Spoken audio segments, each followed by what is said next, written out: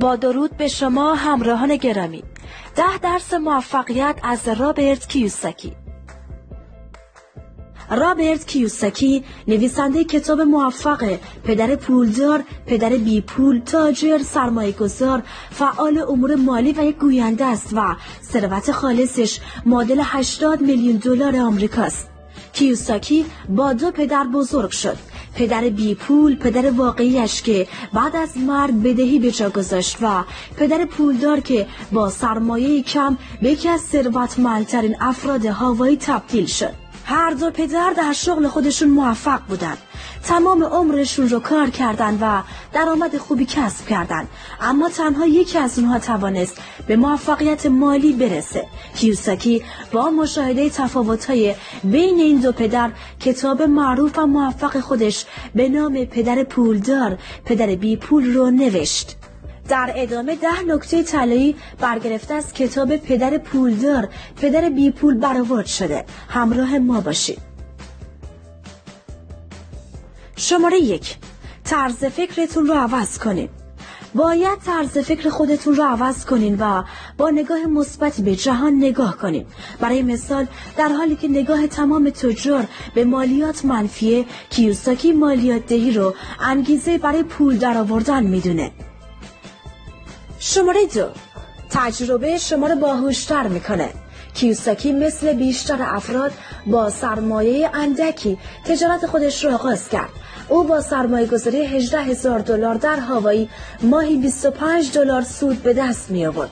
با وجود اینکه این سرمایه گذاری سود مالی چندانی نداشت، اما باعث شد تجربه بیشتری به دست بیاره. همانطور که همه میگویند تجربه بهترین آموزگاره. شماره 3. دست از پس‌انداز کردن بردارید. با وجود اینکه پس‌انداز کردن کار خوبیه، اما افراد نمیتونن مانع تورم بشن. بنابراین ارزش دارایی‌هاشون کم میشه.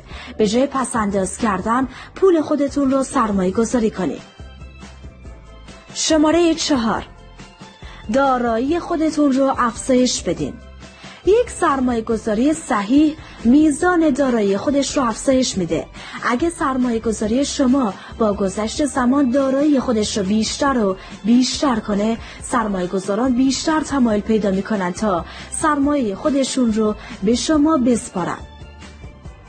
شماره 5. از ضرر کردن نترسیم. اگه همیشه از ضرر کردن بترسیم، هرگز رشد نمی‌کنید. متاسفانه توی مدرسه به ما یاد دادن که شکست باعث ضعفه، اما زندگی واقعی چنین نیست. اگه همیشه از اشتباه کردن بترسین، هرگز موفق نمیشید.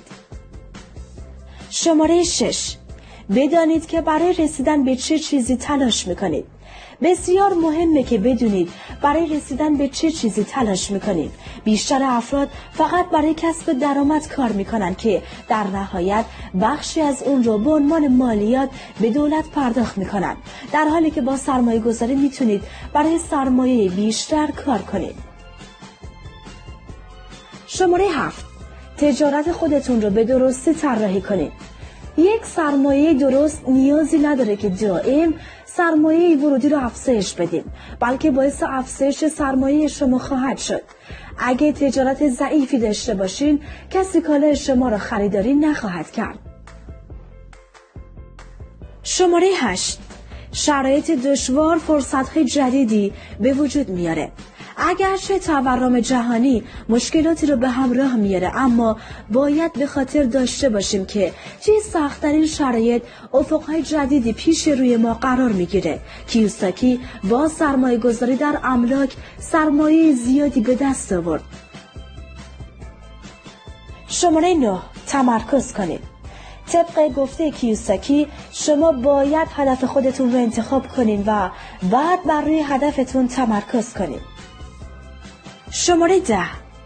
هر چقدر بیشتر تلاش کنین، نتیجه بهتری دریافت میکنین. بیشتر افراد دوست دارن نتایج خوب دریافت کنن، اما خودشون تلاشی نمی کنن. اگر قصد دارین نتیجه خوبی دریافت کنین، باید بیشتر و بیشتر تلاش کنین.